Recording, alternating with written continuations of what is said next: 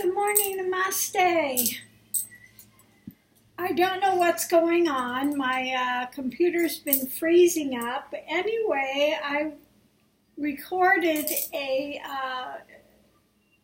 satsang today, and in the beginning of it, it froze, and so it's not uploading. So I'm just going to go ahead and play it and sit here and have my coffee.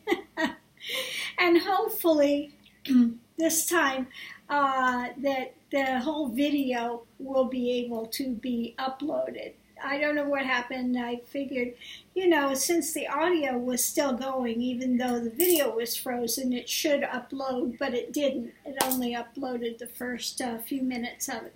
So I'm going to try this again. Hopefully this will work, so I don't have to redo a whole satsang, because it never comes out the same twice. So let's see how we do. Namaste, good morning. Yes, I was just asked if I would comment and do a video on, let me read this again. Are negative beings necessarily evil? Even what is evil, what really is evil, and what's left-hand path and right-hand path is, and why is left considered evil, and what do you think of self-deification? Okay. Okay, a right-hand path, usually they talk about a left-hand path or a right-hand path when it has to do with tantra and sex, etc., etc., etc. Okay. A left-hand path is with sexuality, etc. Right-hand path is a celibate type of a path. Okay. Well, it used to be in the old days. It's not what they're teaching now. Tantra now is just a glorified sex shop. Okay. But really, frankly speaking, it's all focused on body. It's focused on, having these long extended orgasms. It's all body focused. Okay. It used to be in the old days when they had the tantric things. You didn't come with your partner. Okay, number one. You would go, and it was usually a Brahmin that would go. Okay, they didn't come with their own partner. Usually what they would pair them up with is an untouchable. Now, those that live in India know the caste system and know that an untouchable shadow can't even touch a Brahmin, okay, without them being polluted. Okay, and then they have to do all these things to, anyway. I'm not going to get into all of that. But it used to be that they would have these sexual relations in meditations with an untouchable to break through the mental conditioning. Okay? That's what it was for, to break through mental conditioning. Okay. A left-hand path is more extreme, like the Aghoris. Aghori would be considered a left-hand path. What do Aghoris do? Aghoris say everything that is considered dirty or that they see as clean. Again, trying to break through a very harsh way, shock way, to break through the mental conditionings. Okay, that's what those things are about. Okay. Now, you want to know what is evil, and what about self-deification? Well, self-deification is right up there with, in a way, evil. Okay. And I'll tell you why. Because one is on the path to find find out what is God. Okay? And if you read the Chandipat, what was the biggest demon in the end that had to be fought?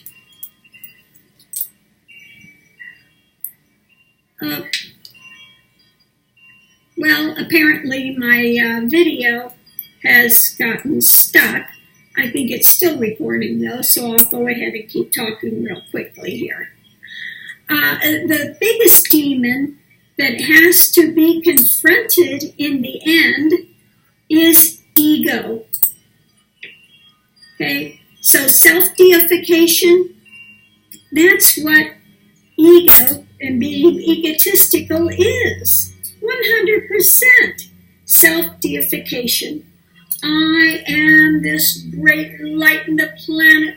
This is what Nityananda does. So self-aggrandizement. I am an avatar. I am God. Nonsense. Nonsense. That is the most egotistical. What happens in realization when one enters moksha? The ego deconstructs into that simply that is, that underlying power of the universe. Okay, part of Brahman, if you want to say, or, but one deconstructs, and what one thought they were isn't an end. You see the illusion of all these stories you have collected. One has tried, in your life to be powerful, and yet the minute you're trying to control, and the more power you try to have, the less you actually do have. Okay? When realization takes place, one goes into the flow of the universe. One recognizes and knows that God is in control, that which you call God, this energy, this pregnant void, this, will come into effect everything that comes into the universe. All knowledge, everything comes from that. So when one deconstructs into that, there's no more need for powers. There's no more need to be something other than what they are. Okay, because in the center, that one has never been born, one has never died, one has always been just simply this is. Okay. It's like, in the beginning, we'll use Satan as an example. Now, Satan in the beginning was not created evil. Satan was the head of the heavenly choirs. Now, what happened? How did he become Satan? How did he become Lucifer? How did he become a fallen angel? Because he didn't want to give the glory to God. He wanted self-glory, self-deification. I want to be separate from God. I want to be my own entity. And hence comes that fall. Okay. Hence comes that fall into ego aggrandizement and the illusion and the delusion that comes along with it of seeking powers and seeking all of these types of things. So, self-deification is not a good thing. One is to surrender to God, surrender. Not to say, I am God. Ego is never God. Ego is the illusion and the delusion of separation. Okay? And to sit there and try to self-deify, one is not at that point surrendering into God. One is trying trying to, at that point, compete with God. Okay? And I guarantee you cannot compete with God. Not ever, ever, ever. God will always win. Okay? Again, you know, once one deconstructs into that is, okay, into that grand self, and I hate to use the term self because people get a wrong notion. You say self and they think they're always a separate entity, a separation. But when one goes into that mind of Advaita, one sees that all humanity, all that's in the universe comes from simply that one single source. Simply one. Not many, not sort of like one, but one. Okay? So there's no, at that point, there's no higher and lower. One understands that implicitly. Okay? There is either being awake or still being asleep and in delusion and illusion. Okay? But if you want moksha, if you want liberation, it's never found through the illusion and the delusion. It is only found when one deconstructs that self-identification of all the stories that one has gathered throughout the ages and lifetimes that one has carried around to try to convince themselves of who and what they are.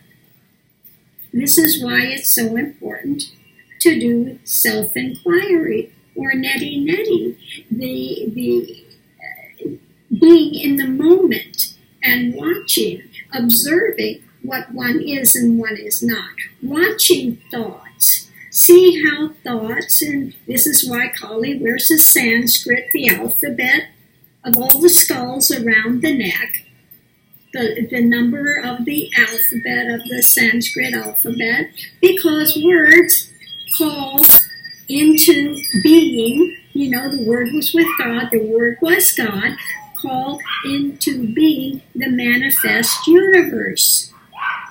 Division, ideologies, okay, stories, belief systems, etc., etc., etc.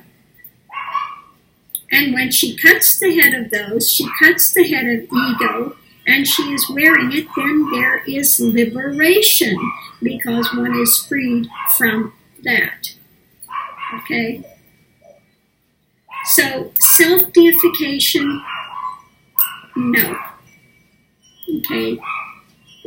Find out what is prior to that self-identification. Find out what has never been born and what has never died. And then you will find liberation. You will find moksha. Okay? You will understand the universe, what it is, what it's not. And you'll find there is no more need to try to develop powers, cities, any of these other things that ego thinks it needs to protect itself and to set itself on some throne.